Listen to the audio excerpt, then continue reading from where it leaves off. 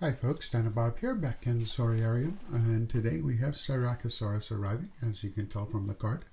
So a little bit of speed build on working with the habitat, and that's the animal, of course, chosen from the nursery. The skin I decided was the psychedelic, I think it used to be called. And you can see I had set some things up using the radial reproduction of pieces to set up this arch of arches that I wanted to use as a viewing area for this habitat. A little bit of fussing to get it right, or at least the way I wanted it. Who knows if that's really right? Anyway, the path comes off the main path here and gives the animals a little more privacy, and want to make it sort of a quiet viewing experience for this one. So I spent a little while fussing with that, putting in the first section of solid fence with the stone field, because it just felt right for this one. And it ultimately resulted in having to adjust the paths a bit and remake them, which was reasonably easy to do, although in a couple of places it results with glitches where the ground texture shows through. That's just something that keeps cropping up in the game right now. Don't know when or if that will be changed. It can usually be solved by putting a rock or a plant on top of it, at least looks wise. And of course, moving paths means moving plants to get them off it. At least right now it does. At some point maybe that will change, because it certainly was the case that paths would make plants go away in the demo a long time ago. So it seems to be the sort of thing that the devs want to have be part of the game. I wanted to change the fence for the rest of the habitat, something that would keep the animals in place. A little splash of water, of course, and then a lot more messing with the plants to get the kind of vegetated feel that I wanted in here. So you're going to see a lot of plants moving around, and that's just sort of the way it is.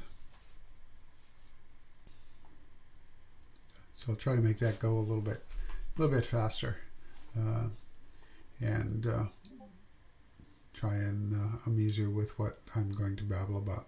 You can see me playing a lot with the angles of the plants. The large, low plants like that often have a problem following the slope, so that has to be dealt with. So in goes the rest of the fence. You'll note that's a wooden fence, cheaper, better for the budget, even though it is taller, and the bamboo I think will help blend into the background. So in goes a pair of animals, in part to let me get a sense of how they're going to be happy with the environment, because of course even more plants have to go in. These animals have a fairly high plant need,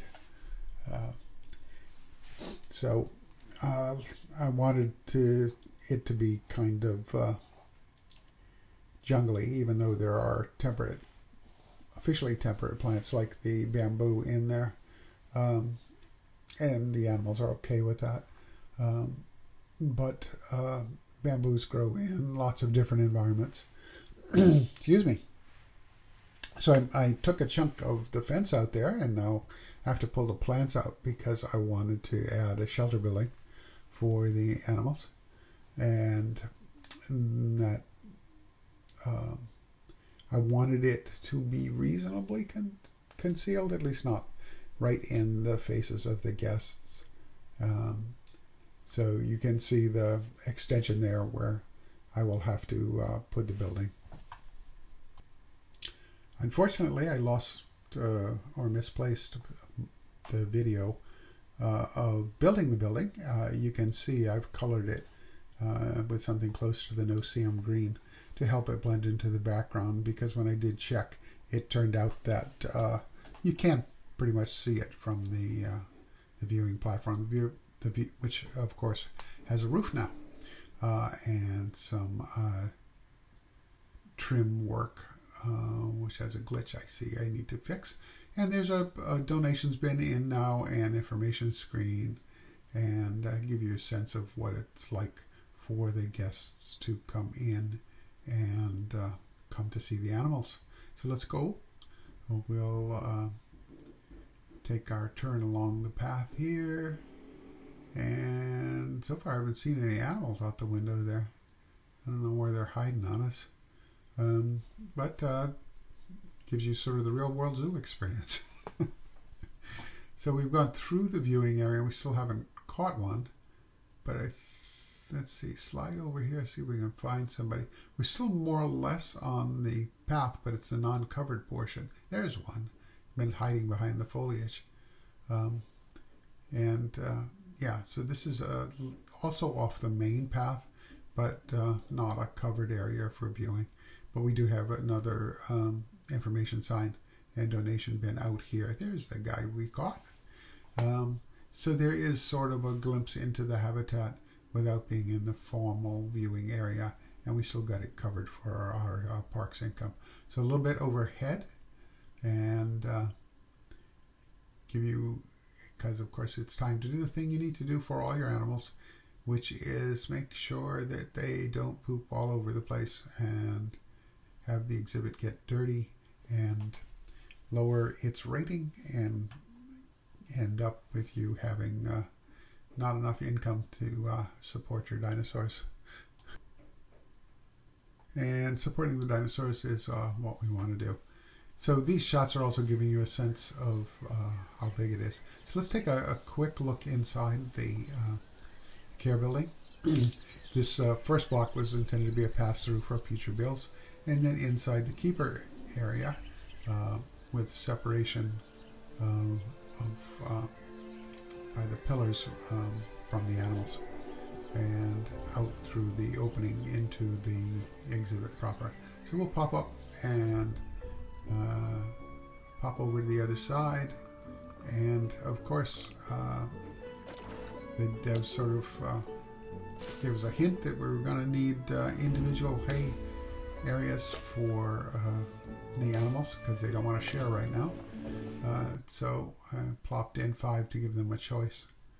You know, simplified care area again this time, because kind of gets boring to build those.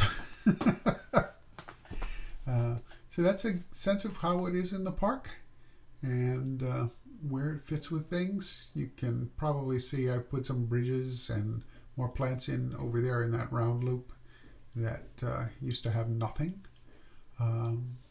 Hoping for things soon to put in there, but the updates have slowed down because of the intense programming issues in revising all of the animal locomotion. Soon. So a little bit of animals for us. This is the male, and we've got, I think, one female in here. Not sure what social needs these guys are going to have, but that may be coming with the next update in terms of knowing what they'll need. Oh, sleepy Styracosaurus is going to do some rolling. It's still my plan to do a challenge build once the next drops, and take a look at some of the changes in the game. I hope you'll join me for that. But all is in flux at the moment. Still waiting on update 8. Anyway, thanks for stopping by. If you like the kind of stuff I'm doing with my exhibits, you know, like the videos, make a comment, subscribe if you haven't already. I'd appreciate it. So, here's our lovely male giving us the fisheye, I think. And, well, not interested. So, as the Styracosaurus runs off into the sunset, this is Dino Bob signing off for now. Be kind to each other out there, and y'all take care. Bye now.